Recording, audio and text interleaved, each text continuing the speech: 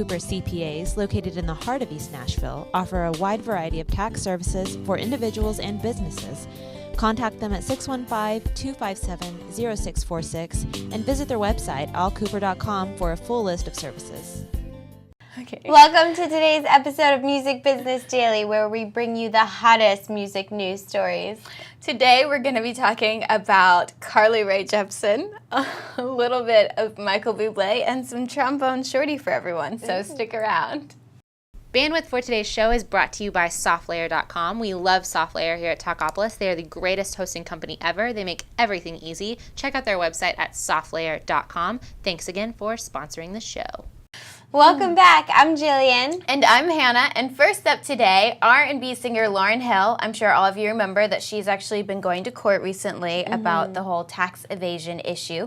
There's actually been some stuff said recently about her possibly working out a deal by branching off and creating a new label under Sony Worldwide Music. I don't know if that's fully true. She goes back to court on May 6th, I believe. Yeah, in Newark, New Jersey. That's, I believe, her final sentencing date. So that's when I guess we'll officially know, like, what it is that she's having to do, like, what the penalties are, what she's having to pay, all of that. But she has gone on to say, and I quote, it took years for me to get out of the parasitic dynamic of my youth and into a deal that better reflects my true contribution as an artist and gives me the control necessary to create a paradigm suitable for my needs. I have been working towards this for a long time, not just because of my current legal situation, but because I am an artist. I love to create, and I need the proper platform to do so.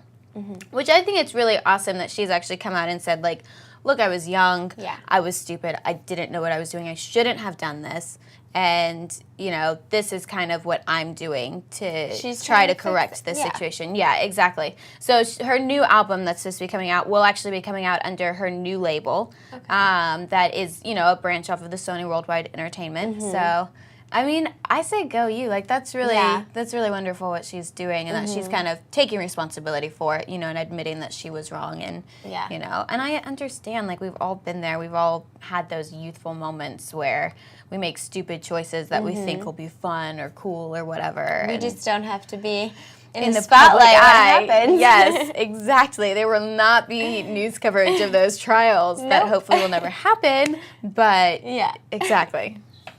Our next story up is about Rae Jepsen. So she had her first big hit with Call Me Maybe, and now she's ready to come out with her anthem, Tonight I'm Getting Over You. And her manager, Scooter Braun, who also represents Justin Bieber, has recently been talking to MTV News about it, and he thinks that this is going to be a huge hit. She is collaborating with Nicki Minaj on this. Carly performed at the American Idol season finale where she worked with Nicki Minaj there, and so now they're collaborating on her next single. And Scooter said that Nicki Minaj just, like, absolutely, like, kills the verse, and it's going to be a great song, and that the two ladies had a great time working together writing this song about guys, you suck, kind of, so...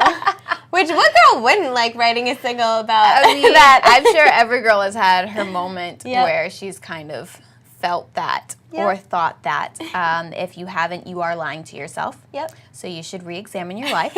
I'm sure guys have had that moment too where they're like, girls suck. Let's talk about how awful they all are and how confusing they are, because I don't get them. But guys are worse.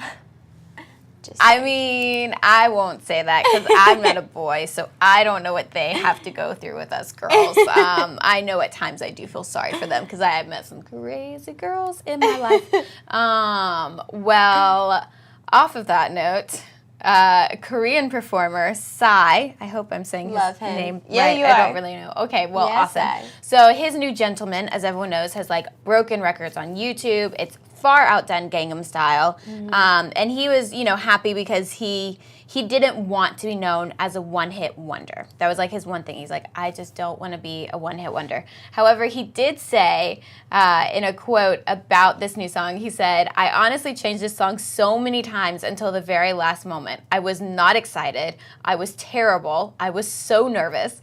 My only goal was to avoid being called a one-hit wonder. So that was a very nervous moment right before the premiere. And in 2 weeks, with 230 million views, I'm not a one-hit wonder, and I am really happy and relieved about that. So congratulations, Sai. Like, I'm sure that is the most nerve-wracking thing ever when your first hit is, like, astronomical. It's like, oh my gosh, I never could have dreamed of this, and now how am I going to do this again? It's hard to top that. When you have such a successful first song, it's hard to then say, okay, so the bar is up here, so now I have to go even higher. Yeah, like set the bar high for yourself that first time, and oh man, I don't even want to think about the next time. Yeah. That would be insane. I'm excited to see what Sai does next, though, since he's been maybe he'll be right. two-hit wonder. No, he's like, I don't want to be a two-hit wonder for a while, Sai. No, he will. Congratulations. That's really exciting that the song is doing so well. So.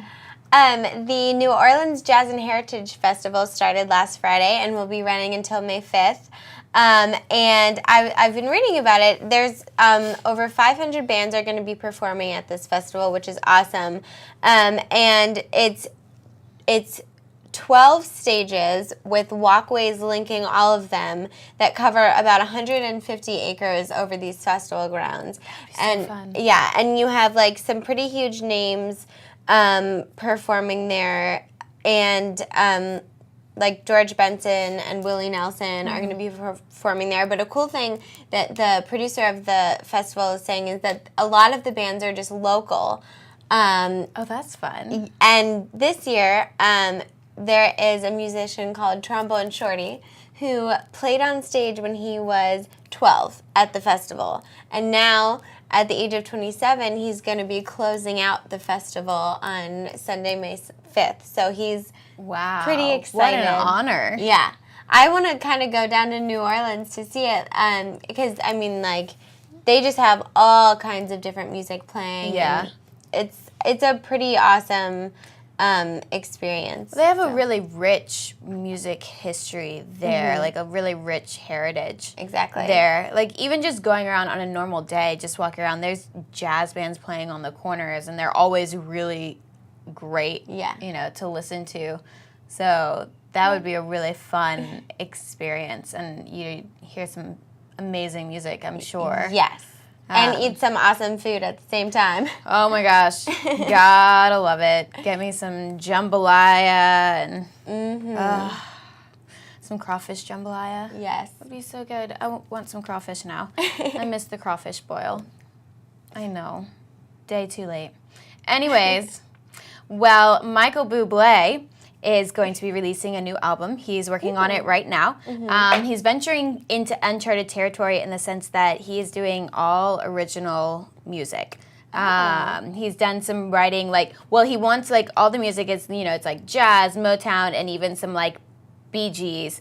And, oh wait, no, maybe, I don't know. It might have some other, like, covers of other music, but it's going to be called To Be Loved. And it's kind of his follow-up to his Christmas album that he released in 2011, so it's been a couple years. And he's been writing with Bryan Adams and even Reese Witherspoon, which I thought was really interesting. I didn't really realize that she wrote music, actually. Yeah. But I've always loved his music, and his originals have always been really great. So I'm excited to hear this new album. And also, he has a son on the way, which is really exciting. He's gonna be a dad to a cute little boy. Well, I'm assuming he'll be cute. I think all babies are cute, but I'm a girl, so who knows? Maybe it'll look like an alien. But let's see. His album, it's been UK release has done well. You know, all his albums always seem to do really well. He's got a great, really rich, soulful He does. voice. I love his voice. Yeah. So I'm excited to hear this new album. Me too. It's going to be really good. Yeah. So, yeah. Well, our last story of today is actually more of like an announcement. Kanye West is going to be closing out the SNL season finale. He's going to be performing on there. The last time that he performed was in October of 2010. Yep. So Ben Affleck is hosting the season finale, but they're saying that they really hope that Kanye will, like, even though he's just performing, they're hoping that he'll jump into some skits and maybe make fun of himself would be so awesome. a little bit. Yeah. Oh my gosh. And he's also actually working on a new album, his 6th solo album, and so they're we're not sure yet if he's going to be playing any new records that are going to be on that album at the season finale. But yeah, so you'll have to catch it. It's on May 18th. So. Okay. Well, that'll be lots of fun. Yep. Awesome. Well, thank you for tuning in today, guys, and don't miss out tomorrow. We'll see you next time. Talkapolis, the social media TV network for your city.